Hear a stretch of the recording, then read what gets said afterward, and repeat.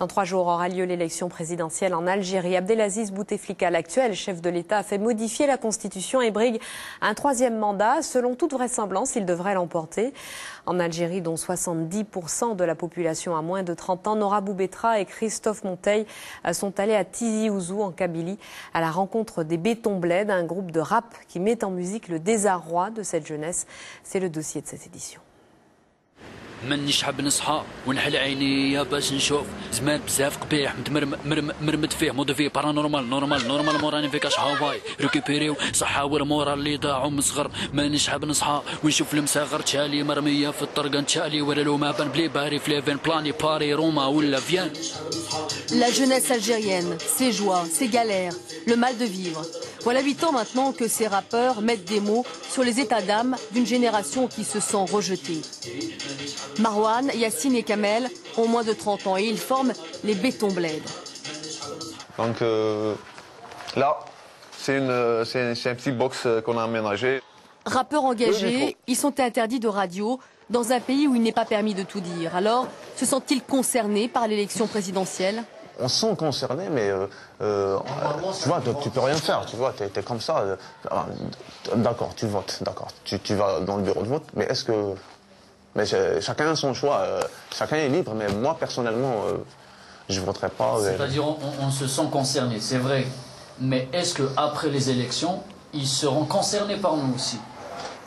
Cette jeunesse, Yassine va nous la montrer. Ici, on se débrouille, on bricole comme on dit, histoire de se payer quelques cigarettes et un café.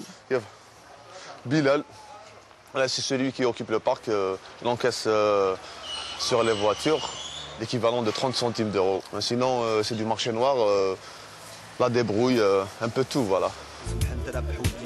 Direction le marché. Ils sont des centaines, jeunes diplômés ou non, à s'y bousculer chaque jour pour une poignée de dinars. En Algérie, le travail au noir est devenu une institution. Le chômage touche principalement les moins de 35 ans.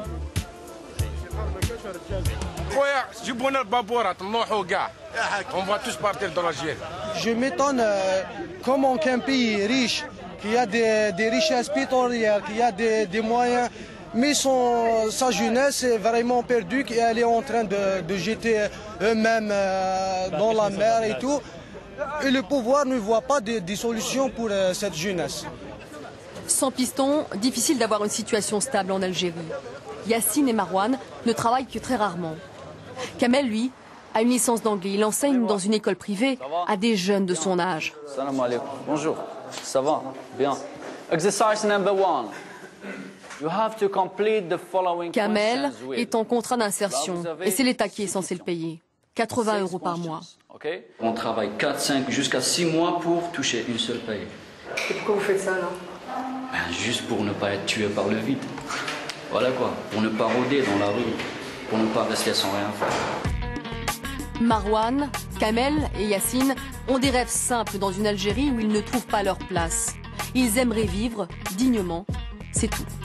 Se battre avec ses bras et ramener son argent avec ses bras. C'est ça le fait. C'est comme ça qu'on va sentir qu'on est des hommes. Parce que là, avec tout ce qu'on subit, apparemment, on nous transforme. On est des hommes et on nous transforme en autre chose. Nous, on ne supporte pas ça. C'est pour ça que la majorité des jeunes sont là à fumer, à boire, à faire n'importe quoi, à essayer de se tirer, à essayer de faire des coups malsains pour gagner de l'argent. Comme beaucoup d'Algériens, les Béton Bled ont appris à ne rien attendre de la politique. Lassés par de vaines batailles, ils envisagent de quitter le pays pour un ailleurs où ils espèrent exister, enfin.